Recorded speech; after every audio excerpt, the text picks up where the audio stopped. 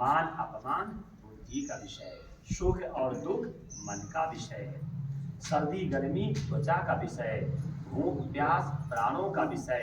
हम सबसे असंग हैं, हम सबसे असंग हैं। शरीर जड़ है तो जड़ की मृत्यु होगी नहीं, और जीव चेतन है तो चेतन कभी मर नहीं सकता।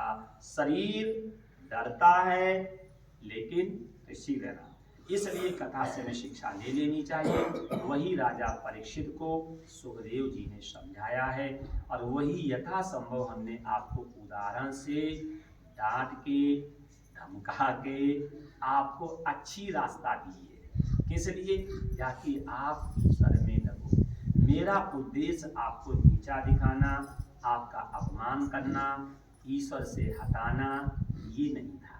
मेरा उद्देश्य था कि आप ईश्वर के अंश हैं तो आप ईश्वर को पहचानो। ईश्वर जड़ नहीं है, ईश्वर चेतन है। ईश्वर खंड नहीं है, ईश्वर अखंड है। ईश्वर दृश्य नहीं है, ईश्वर दृष्टा है। ईश्वर व्यक्ति नहीं है, ईश्वर अव्यक्त है। ईश्वर एक देशी नहीं, ईश्वर सर्वदेशी है। तो हम ईश्वर के अंश हैं। हम ईश्वर के अंश हैं तो अविद्या रूपी उपाधि त्याग दो, तो आप में ईश्वर में ब्रह्म में कुछ भी भेद नहीं है। संविद सत्ता माया उपाधि से ईश्वर, अविद्या उपाधि से जीव।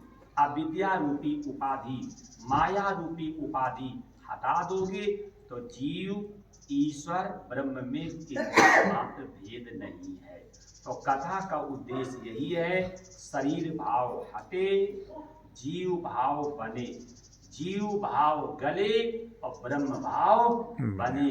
यही कथा का उद्देश्य है, यही कथा का उद्देश्य है। तो हमने खूब प्रयत्न किया कि आपका शरीर भाव हटे, जीव भाव बने, फिर जीव भाव गले और ब्रह्म भाव बने।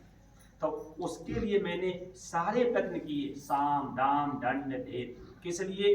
क्योंकि सैकड़ों जन्मों की जंग लगी है, और जब जंग लग जाती है, अगर उस पर रेगमाल लगाओगे तो लोहा गर्म हो जाता है।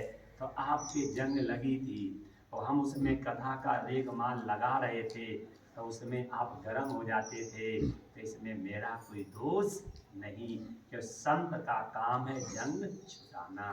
संत का काम है ऐसे धोबी कपड़ों को